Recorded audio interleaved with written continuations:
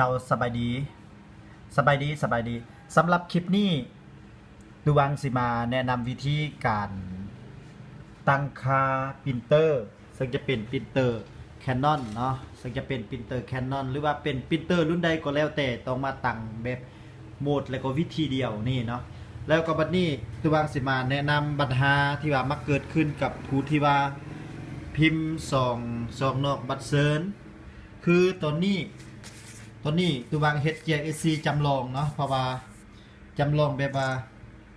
ตัวนี้จะเป็นบัตรเซิร์น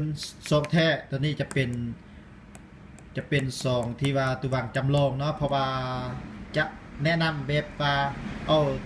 ซองแท้นี่มันก็จะเฮ็ดให้มันเสียซองของตัววางเนาะก็เลยมาเฮ็ดแบบ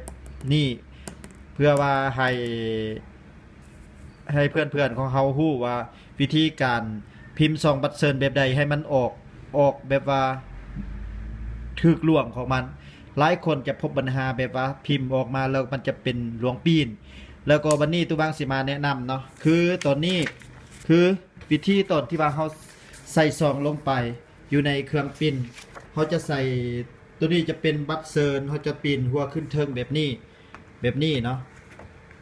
แล้ววันนี้ตัวนี้จะเป็นเครื่องจำลองที่ว่าตัวบางจะเฮ็ดหรือว่าเป็น JSC จะมาใส่แบบนี้แล้วปิ้นออกมามันจะเป็นงานของมันจะออกมาเป็นแบบใดเนาะติดตามเบิ่งเนาะตอนที่ว่าเราสั่งปิ้นปกติแบบนี้บ่ได้ตั้งค่าแบบนี้จะมาที่เครื่องปรินเตอร์แล้วก็มาที่ปริ้นแล้วก็สั่งปริ้นโอเคเลยเนาะแล้วบัดนี้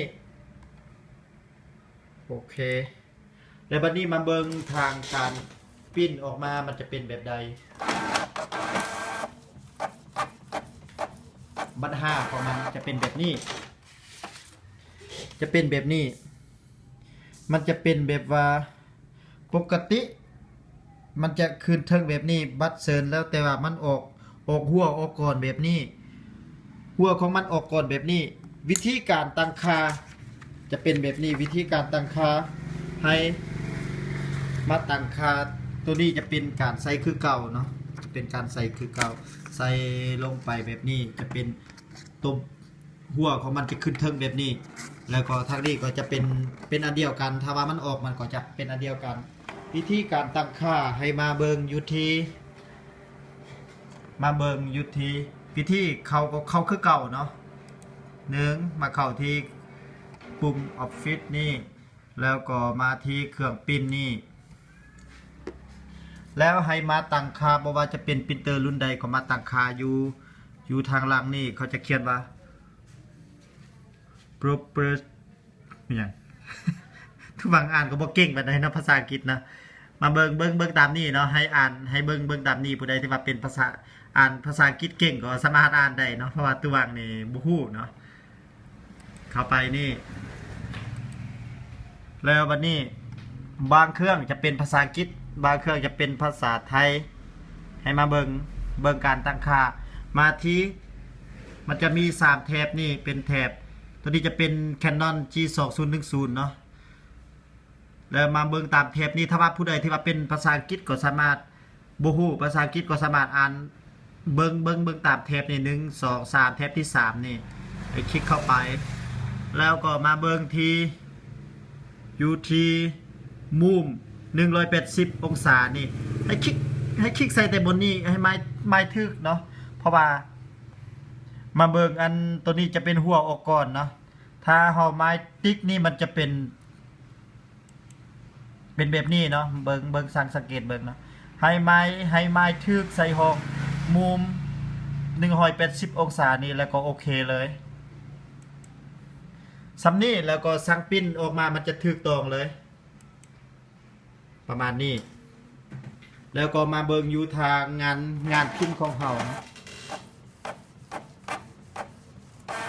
มันจะทึกตรงแบบนี้เลยเพราะว่ามันจะเป็นบัตรเซิร์นแล้วก็มันจะอยู่ตำแหน่งที่ทึกตรงแบบนี้สำหรับผู้ใดที่ว่าเฮ็ดบ่เป็นหรือว่ายังมีปัญหาบนใดก็สามารถคอมเมนต์ถามตัววางใดหรือว่าทักถามทางเบอร์ WhatsApp ของตัววางจะขึ้นให้เ เป็นเบอร์ตัวนี้เนาะ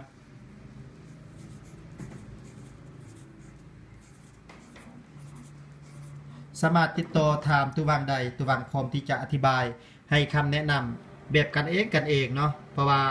ตัวนี้ตุวังก็พิมพ์งานเป็นรับงานกับอันลูกค้าพิมพ์ทุกวันเนาะพิมพ์อันบัตรเสิร์นบ่ว่าจะเป็นรุ่นใดผู้ใดที่ว่าต้องการอยากจะพิมพ์เองหรือว่าตั้งค่าหน้ากระดาษตั้งตัวนี้ตั้งลายอันบ่เป็นตั้งค่าบ่เป็นก็สามารถถามตุวังใดผู้ใดที่ว่าเฮ็ดได้ก็ง่ายกว่านี้ฮู้วิธีที่ว่าง่ายกว่านี้ก็สามารถแลกเปลี่ยนน้ำกันได้บ่เป็นหยังเนาะสำหรับคลิปนี้ก็จะจบในสำนี้ขอขอบใจหลาย